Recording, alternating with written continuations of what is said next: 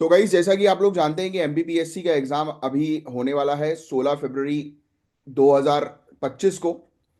तो उसके लिए मैंने आप लोग के लिए कुछ क्वेश्चंस की सीरीज जो है वो रखी है कि एग्जाम से पहले आप ये सीरीज जो है वो कवर अप कर लें। तो इस सीरीज का ये टेस्ट सीरीज का ये सेट 2 है, यानी कि दूसरा टेस्ट है, टेस्ट नंबर 2। और इसकी पीडीएफ्स वगैरह जो है वो आपको नीचे डिस्क्रिप्शन पर हमारा टेलीग्राम का चैनल है, उसको आप ज्वाइन कर लिए, वहाँ कर लीजिए, वहाँ से मिल जाएगी। प्लस इसके अलावा एक और इंपॉर्टेंट चीज़ है कि मैंने टॉप 100 टॉपिक्स दिए हुए हैं कि एमपीपीएससी एग्जाम में बैठने से पहले ये टॉप 100 टॉपिक्स बस पढ़ के चले जाओ। तो आपको इससे काफ़ी ज़्यादा फायदा जो है वो मिलेगा। अगर जिन लोगों ने नहीं पढ़े हैं वो पढ़ लीजिएगा, जिन लोगों ने पढ़ लिए हैं एक बार उन 100 टॉपिक्स को रिवाइज कर लीजिए। तो चलो समय ना वेस्ट करते हुए, मैं हूं आपका एजुकेटर कमलाक्ष झा, स्टार्ट करते हैं एमपीपीएससी की सेकंड टेस्ट सीरीज को। तो परमार डायनेस्टी बहुत इंपॉर्टेंट टॉपिक है, परमार डायनेस्टी। तो परमार डायनेस्टी का फाउंडर जो था वो कौन था?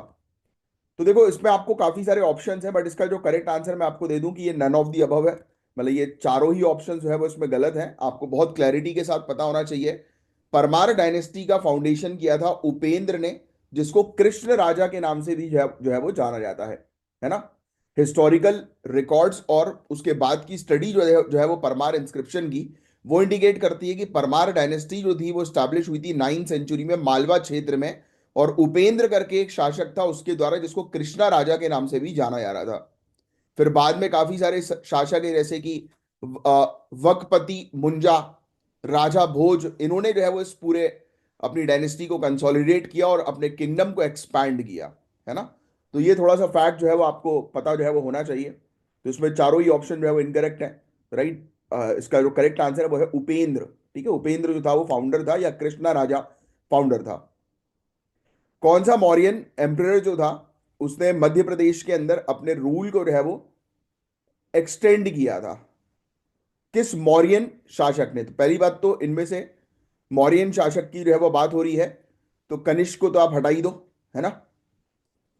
आपको चंद्रगुप्त मौर्य, चंद्रगुप्त मौर्य एक इंपॉर्टेंट पर्सनालिटी जो पहली बार मध्य प्रदेश तक जो उन्होंने अपने एम्पायर को एक्सटेंड किया था। ठीक है, तो ये फैक्ट आप थोड़ा सा जो है वो ध्यान में रखिएगा। फिर भीमबेटका रॉक शेल्टर जो है वो किस पीरियड से एसोसिएटेड है? ज्यादातर लोग इसमें पैलियोलिथिक पीरियड मार्क करेंगे, तो ये पैलियोलिथिक और मीजोलिथिक दोनों पीरियड से गाइस एसोसिएटेड है। बट इसका करेक्ट आंसर होगा मीजोलिथिक एज। क्यों मैं ऐसा इसलिए बोल रहा हूं, क्योंकि भीमबेटका के अंदर तो पैलियोलिथिक के एविडेंस हैं, है ना। इसमें रॉक पेंटिंग्स हम लोग को जो है वो देखने को मिलती है, जिसके लिए काफी फेमस है भीमबेटका की केव्स, है ना। बट बताया जाता है कि ये जो रॉक में जो पेंटिंग की गई है ये मीजोलिथिक पीरियड के समय पर की गई है, ना कि पैलियोलिथिक पीरियड। तो ये पेंटिंग एक काफी इंपॉर्टेंट, आप कह सकते हो, स्टडी प्रोवाइड कराती है लाइफ और एनवायरमेंट के बारे में मीजोलिथिक कम्युनिटीज की सेंट्रल इंडिया के अंदर। अब किस पीरियड को जो है वो गोल्डन एज पीरियड, अच्छा, गुप्त पीरियड को गोल्डन एज पीरियड किस पर्पस के लिए जो है वो कहा जाता है? तो इसका जो करेक्ट आंसर होगा ऑब्वियसली ऑल दी अबव, क्योंकि इस पीरियड में साइंस एंड लिटरेचर का भी एडवांसमेंट हुआ, ट्रेड भी एक्सपेंड हुई, और आर्ट और आर्किटेक्चर की भी ग्रोथ हम लोग को नजर आई। फिर इसके अलावा बाग केव्स के बारे में बात करें, बाग केव्स मध्य प्रदेश के अंदर जो है वो किस चीज के लिए फेमस है? तो अपनी बुद्धिस्ट पेंटिंग के लिए जो है वो बाग केव्स जो है वो फेमस है। ये फैक्ट बहुत इंपॉर्टेंट है जो आपको ध्यान में रखना है। तानसेन जो थे वो बेसिकली किसकी कोर्ट में थे? तो ऑब्वियसली आपको जो है वो पता होना चाहिए, अकबर, अकबर की कोर्ट में तानसेन जो है वो एक लेजेंडरी म्यूजिशियन हम लोग को देखने को मिलते हैं। नौरत्न जो थे उनमें से एक थे। राजा भोज जो है धार के, वो किससे एसोसिएटेड है, मतलब किस फील्ड से?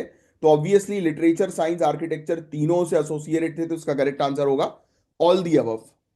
कंदरिया महादेव मंदिर खजुराहो के अंदर किसके द्वारा बनाया गया? तो जब भी खजुराहो की बात करें तो ज्यादातर इसमें जो करेक्ट आंसर हम लोग को जो है वो देखने को मिलता है वो चंदेल डायनेस्टी का हम लोग को देखने को मिलता है। तो कंदरिया महादेव मंदिर भी एक बहुत ही इंपॉर्टेंट एग्जाम्पल है टेम्पल आर्किटेक्चर का, जो खजुराहो के अंदर है।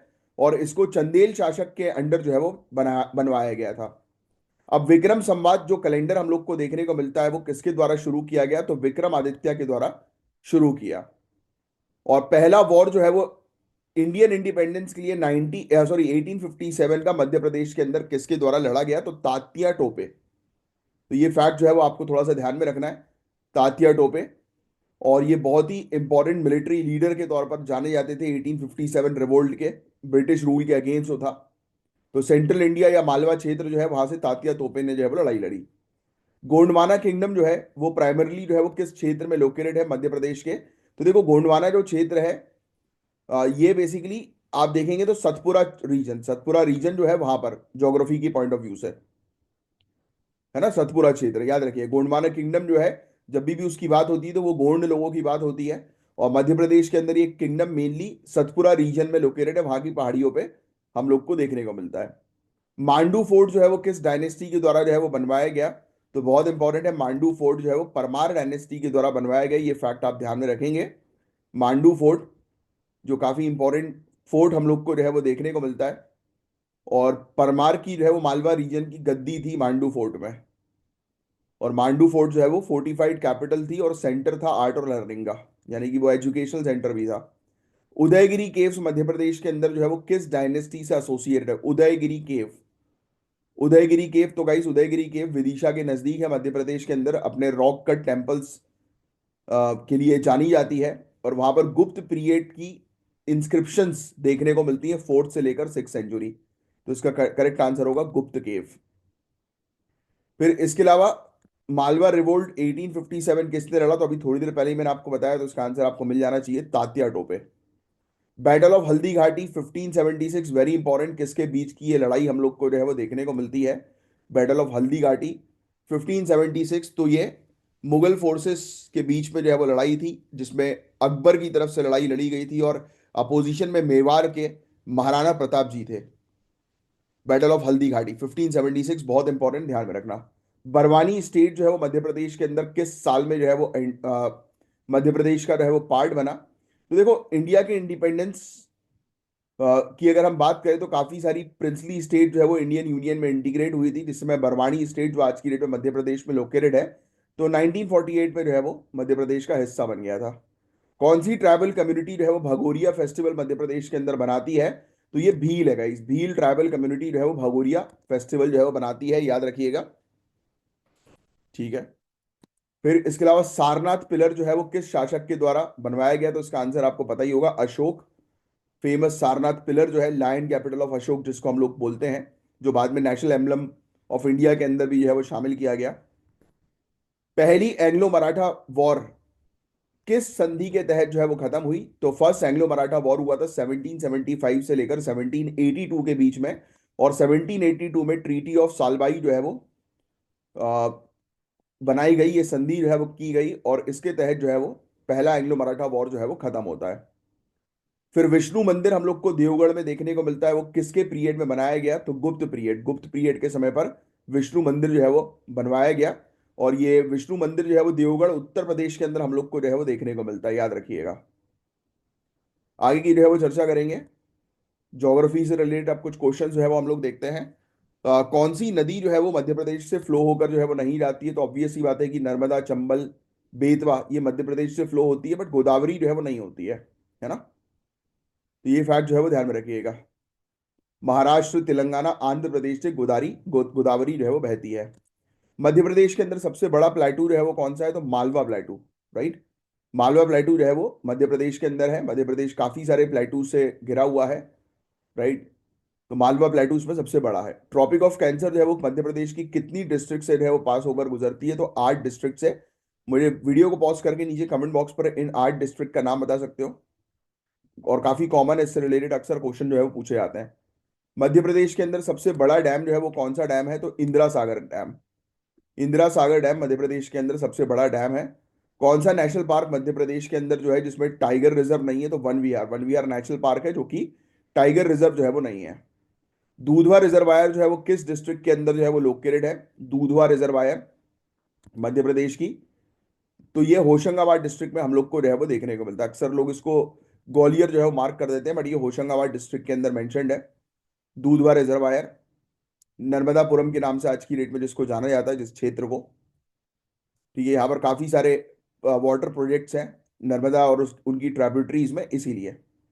लॉन्गेस्ट नदी मध्य प्रदेश के अंदर कौन सी है? तो आप सभी जानते हैं, मुझे आपको बताने की जरूरत नहीं, नर्मदा। कौन सी सॉइल जो है वो कॉटन कल्टीवेशन के लिए बहुत सुटेबल मानी जाती है? तो आप सभी जानते हैं, ब्लैक सॉइल। धूपगढ़ जो है वो हाईएस्ट पीक है मध्य प्रदेश के अंदर, कहाँ पर जो है वो लोकेटेड है? तो धूपगढ़ पचमढ़ी में लोकेटेड है, आप सभी लोग जानते हैं। मध्य प्रदेश की स्टेट बर्ड जो है वो उसका नाम क्या है? तो एशियन पैराडाइज फ्लाई कैचर। सबसे बड़ी ट्राइबल ग्रुप मध्य प्रदेश के अंदर जो है वो कौन सी है? सबसे बड़ी ट्राइबल ग्रुप तो गोंड। गोंड जो है वो सबसे ज्यादा मध्य प्रदेश में देखने को मिलते हैं, गोंड कम्युनिटी के लोग। और ओरिजिन जो है वो ताप्ती नदी का जो है वो कहाँ से हुआ है? विंध्या से हुआ है, सतपुरा से हुआ है, कहाँ से हुआ है? अरावली और वेस्टर्न घाट को तो हटा ही दो, विंध्या सतपुरा कहाँ से हुआ है? तो सतपुरा। तो ताप्ती नदी जो है वो सतपुरा रेंज से जो है वो ओरिजिनेट हुई है, ये फैक्ट जो है वो आप ध्यान में रखेंगे। लार्जेस्ट डिस्ट्रिक्ट मध्य प्रदेश के अंदर एरिया वाइज जो है वो कौन सी है? तो छिंदवाड़ा। ठीक है, तो ये फैक्ट ध्यान में रखिएगा, छिंदवाड़ा जो है वो एरिया वाइज लार्जेस्ट डिस्ट्रिक्ट हम लोग को मध्य प्रदेश के अंदर देखने को मिलती है। ओमकारेश्वर जो है वो कौन से आइलैंड में लोकेटेड है? तो ज्यादातर लोग इसको शिवपुरी आइलैंड मार्क कर देते हैं, बट ये है मंदाता। मंदाता आइलैंड में जो है वो ओमकारेश्वर मंदिर जो है वो लोकेटेड है, नर्मदा नदी पर ये आइलैंड है, मंदाता आइलैंड, याद रखना बहुत इंपॉर्टेंट है। कान्हा नेशनल पार्क जो है वो कौन सी स्पीसीज को कंजर्व करने के लिए बनाया गया है, कान्हा नेशनल पार्क को? तो इसका जो करेक्ट आंसर है वो है बंगाल टाइगर। बंगाल टाइगर को प्रोटेक्ट करने के लिए कान्हा नेशनल पार्क हम लोग को जो है वो देखने को मिलता है। ठीक है, तो ये बहुत इंपॉर्टेंट है, ध्यान में रखेंगे आप। Ken Betwa river link project primarily जो है वो किस क्षेत्र को बेनिफिट देता है? तो बुंदेलखंड वाले क्षेत्र को बेनिफिट प्रोवाइड कराने के लिए केन बेतवा रिवर लिंकिंग प्रोजेक्ट हम लोग को देखने को मिलता है। सांची स्तूप जो है वो ऑब्वियस सी बात है कि अशोक के काल में जो है बनवाया गया। बांधवगढ़ नेशनल पार्क जो है वो किस चीज के लिए जो है वो फेमस है? White tigers. Bandhavgarh national park जो है वो अपने व्हाइट टाइगर्स के लिए जो है वो फेमस है। वेरी वेरी इंपॉर्टेंट, ध्यान में रखिएगा। और व्हाइट टाइगर्स जो होते हैं वो अपने जेनेटिक वेरिएंट के लिए जो है वो जाने जाते हैं, राइट, पता होगा आप लोग को। फिर इसके अलावा पचमढ़ी हिल जो है वो किस डिस्ट्रिक्ट के अंदर जो है वो लोकेटेड है? तो उसका करेक्ट आंसर है guys Hoshangabad. Pachmarhi hill station Hoshangabad district के अंदर लोकेटेड हम लोग को जो है वो देखने को मिलती है, पचमढ़ी हिल स्टेशन। होशंगाबाद है, हाँ होशंगाबाद ही है। 100% इसका correct answer Pachmarhi hill station, right. एक बार फिर से जो है वो कंफर्म किया जाए डिस्ट्रिक्ट के बारे में।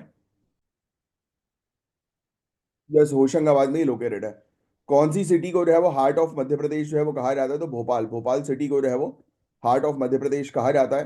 कितनी लोकसभा की सीट मध्य प्रदेश के अंदर हम लोग को देखने को मिलती है? तो याद रखना है, बहुत इंपॉर्टेंट, 29 सीट्स। और राज्यसभा की तरफ से जो है वो कितनी सीट्स हम लोग को जो है वो, या अब देखो आप पॉलिटी से रिलेटेड क्वेश्चन जो है वो शुरू हो गए। तो राज्यसभा की तरफ से जो है वो 11 सीट्स है, और लोकसभा की तरफ से मध्य प्रदेश में 29 सीट हम लोग को देखने को मिलती है। कौन सा आर्टिकल इंडियन कॉन्स्टिट्यूशन का अनटचेबिलिटी से एसोसिएट है, अबॉलिशन ऑफ अनटचेबिलिटी? तो आर्टिकल 17। पहले चीफ मिनिस्टर मध्य प्रदेश के अंदर जो है वो कौन से हैं? तो अब देखो इसमें, हालांकि मैं आपको बता दूं रविशंकर शुक्ला जो है उनको पहला चीफ मिनिस्टर माना जाता है मध्य प्रदेश का, जब से 1956 में मध्य प्रदेश बनी है। बट अभी ऑप्शन में यहाँ पर रविशंकर शुक्ला का नाम तो नहीं है, तो कैलाश नाथ काटजू जी का नाम है। तो जो कि बेसिकली अर्ली पीरियड में चीफ मिनिस्टर बने थे, तो इसलिए इसमें कैलाश नाथ काटजू आएगा। और लिस्ट ऑफ चीफ मिनिस्टर की जानकारी आपको अच्छे से होनी चाहिए। वैसे अगर पहले चीफ मिनिस्टर पूछ ले तो रविशंकर शुक्ला थोड़ा सा ध्यान में रखना। अब सभी को पता है कि मध्य प्रदेश का हाई कोर्ट जो है वो जबलपुर में लोकेटेड है। गवर्नर का टेन्योर जो है वो कितने समय का होता है, पता है किसी को? इसका कोई फिक्स टेन्योर नहीं होता, गवर्नर ऑनरेबल प्रेसिडेंट के प्लेजर में जो है वो ऑपरेट करते हैं। ठीक है, ये फैक्ट आपको पता होना चाहिए। Right to education article 21A के तहत हम लोग को देखने को मिलता है। मध्य प्रदेश की लेजिस्लेटिव असेंबली में जो है वो कितने मेंबर्स हम लोग को जो है वो देखने को मिलते हैं?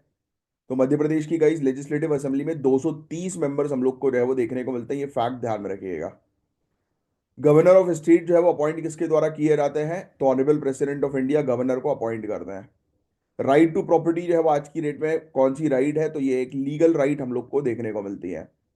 कौन सी सिटी मध्य प्रदेश के अंदर industrial hub of the state के नाम से जानी जाती है? तो इंदौर।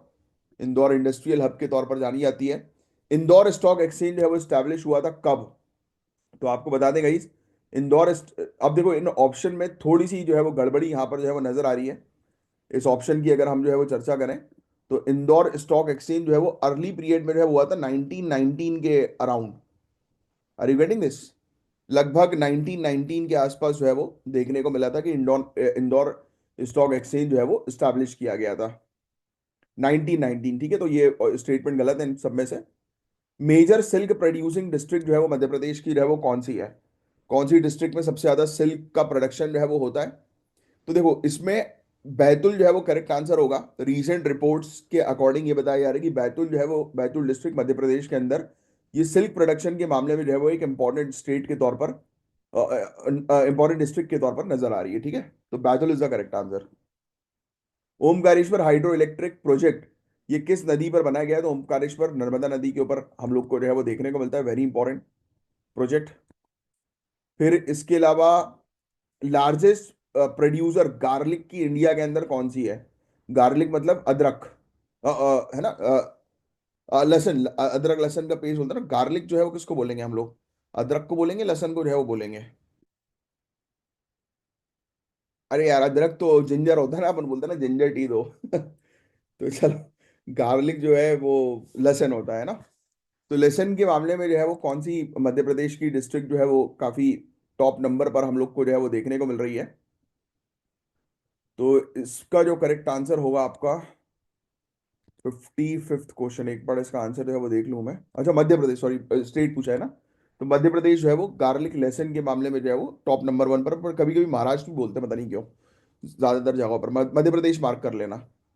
कितना परसेंट मध्य प्रदेश की जीडीपी का एग्रीकल्चर से आता है? तो देखो यार, 47% के अराउंड आता है। तो ये 45% क्लोजेस्ट आंसर है, तो आप 45 मेंशन कर सकते हो। और बीएचईएल की फैक्ट्री भोपाल के अंदर लोकेटेड है, आप सभी जानते हैं। सिंगरौली जो है वो किस चीज के लिए जाना जाता है? तो कोयले के लिए जाना जाता है, ये भी आपको ऑलरेडी पता है। पहला आईटी पार्क मध्य प्रदेश के अंदर कहाँ पर आया? इंदौर, जबलपुर, भोपाल, कहाँ? ग्वालियर। पहला आईटी पार्क मध्य प्रदेश के अंदर, वेरी इंपॉर्टेंट, इंदौर भाई। इंदौर आईटी हब के लिए जो है वो जाना जाता है। स्टेट एनिमल मध्य प्रदेश का जो है वो कौन सा है? बारहसिंगा है। Primary cash crop Madhya Pradesh की कौन सी है? प्राइमरी कैश क्रॉप तो आप कॉटन भी बोलोगे, है ना, क्योंकि ब्लैक सॉइल मालवा रीजन। कौन सा क्षेत्र मध्य प्रदेश का है जो है वो डायमंड के लिए जाना जाता है? तो पन्ना। Per capita income Madhya Pradesh की 2024 में अप्रोक्सीमेटली जो है वो कितनी बताई जा रही है? तो इसमें मैं थोड़ा सा आपको एक्सप्लेनेशन जो है वो देना चाहूंगा। 63rd क्वेश्चन है ना आपका ये वाला। वैसे तो 1,10,000 है, पिछले पिछले टेस्ट सीरीज में भी हमने इसके बारे में डिस्कस किया था।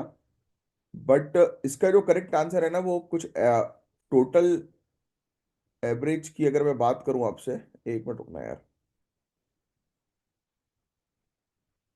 1,10,000 तो करेक्ट है, बट फिर भी मैं आपको एग्जैक्टली बताता हूँ। वो चाहो तो जो है वो कहीं पर लिख लो। हाँ, लिख लो आप। Per capita income of Madhya Pradesh जो है वो 1,43,000 है। ठीक है, 1,43,000 है estimated per capita income Madhya Pradesh की 2024 में। और 2012 के कंपैरिजन में ये जस्ट डबल हम लोग को देखने को मिल रही है।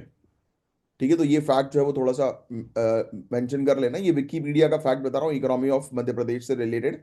और इवन इवन ये सेम फैक्ट हम लोग को जो है वो देखने को मिल रहा है 1,82,565 रुपए। ये फैक्ट जो है वो 2 जुलाई 2024 को रिलीज हुआ था। और डिपार्टमेंट ऑफ पब्लिक रिलेशन, जिसको डीपीआर या डीओपीआर के नाम से हम लोग जानते हैं मध्य प्रदेश के डिपार्टमेंट को, तो वो उसके अंदर हम लोग को नजर आ रही है। तो लिख लेना भाई, मध्य प्रदेश का पर कैपिटा इनकम 1,42,565 है। ठीक है, 1,10,000 नहीं है, 1,42,565 है। ठीक है, ये बिल्कुल ऑफिशियल आंकड़ा मैं आपको बता रहा हूँ मध्य प्रदेश का। ठीक है, अब नेक्स्ट, हेडक्वार्टर जो है वो आरबीआई का जो है वो कहाँ पर लोकेटेड है? तो आप सभी जानते हैं, मुंबई के अंदर। कौन सी डिस्ट्रिक्ट मध्य प्रदेश की जो है वो बैम्बू प्रोडक्शन के लिए जो है वो फेमस है? बैम्बू के लिए गाइस बालाघाट जो है वो फेमस है। ठीक है, ये फैक्ट ध्यान में रखेंगे आप। बैम्बू प्रोडक्शन के लिए बालाघाट जो है वो फेमस है। पहली सोलार सिटी मध्य प्रदेश के अंदर जो है वो कौन सी है? तो रीवा। ठीक है, इसमें लोग अक्सर जो है वो गलती करेंगे, ग्वालियर मार्क करेंगे, बट पहली सोलार सिटी जो है वो रीवा है मध्य प्रदेश के अंदर, है ना। फिर इसके अलावा केन बेतवा रिवर लिंकिंग प्रोजेक्ट किस क्षेत्र को बेनिफिट जो है वो प्रोवाइड कराएगी? रिपीट हो गया क्वेश्चन, बुंदेलखंड को।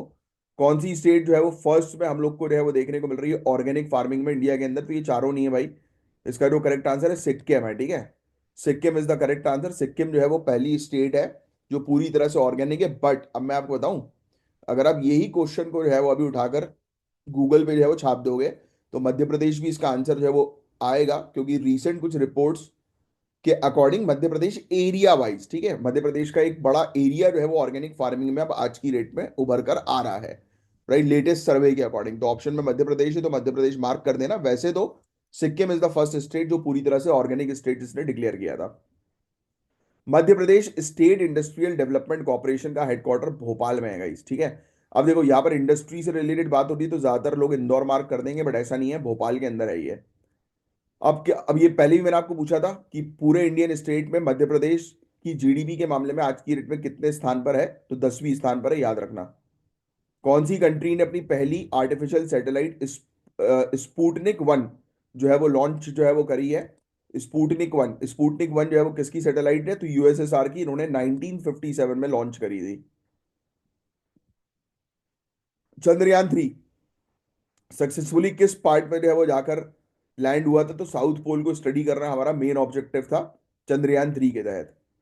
हाइड्रोजन का केमिकल सिंबल तो आपको ऑलरेडी पता है, मुझे आपको बताने की जरूरत है ही नहीं। वर्ल्ड हेल्थ ऑर्गेनाइजेशन का जो है वो हेडक्वार्टर कहाँ पर है? तो जेनेवा, स्विट्जरलैंड। ज्यादातर लोग जो है वो इसको न्यूयॉर्क मार्क कर देते हैं। कोविड 19 वायरस ने जो है वो प्राइमरली किस क्षेत्र को जो है वो अफेक्ट किया था, बॉडी किस पार्ट को? तो लंग्स को। पहली फुली इंडिया में बनाई गई वैक्सीन का नाम क्या है? कोवैक्सीन। ये भी रिपीट हुआ है पिछली टेस्ट सीरीज से question. James Webb space telescope जो है वो किसका है? तो नासा का James Webb space telescope.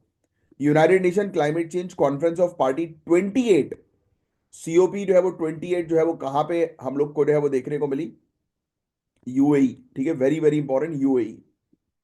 Rank जो है वो इंडिया की ग्लोबल इनोवेशन इंडेक्स 2024 में जो है वो कितनी है? देखो यार, 39th रैंक है वैसे तो इंडिया की। यहाँ पर 40 लिखा हुआ है, तो 40 मार्क कर देंगे हम, बट 39th रैंक है एग्जैक्टली, अगर मैं आपसे बात करूं तो। ठीक है, तो ये फैक्ट थोड़ा सा ध्यान में रखना। इंडिया का पहला हाइड्रोजन पावर ट्रेन ये कब लॉन्च हुई थी? तो दिसंबर 2024 में जो है वो लॉन्च हुई थी। इंडिया की पहली हाइड्रोजन पावर, सॉरी, दिसंबर 2023 में पहली। बट पता है 2024 में हरियाणा में भी इसका ट्रायल जो है वो चला था। तो 23-24 दोनों भी हो सकता है। ठीक है, दोनों ही मार्क कर देता हूं मैं। अब ये भी रिपीट हो गया, डीएनए का full form deoxyribonucleic acid. Nobel prize जो है वो फिजिक्स 2023 में किसको, किस पर्पस के लिए मिला है? तो पिछली बार भी हमने डिस्कस किया था, क्वांटम डॉट्स के लिए जो है वो प्रोवाइड किया गया। किसके लिए? क्वांटम डॉट्स के लिए।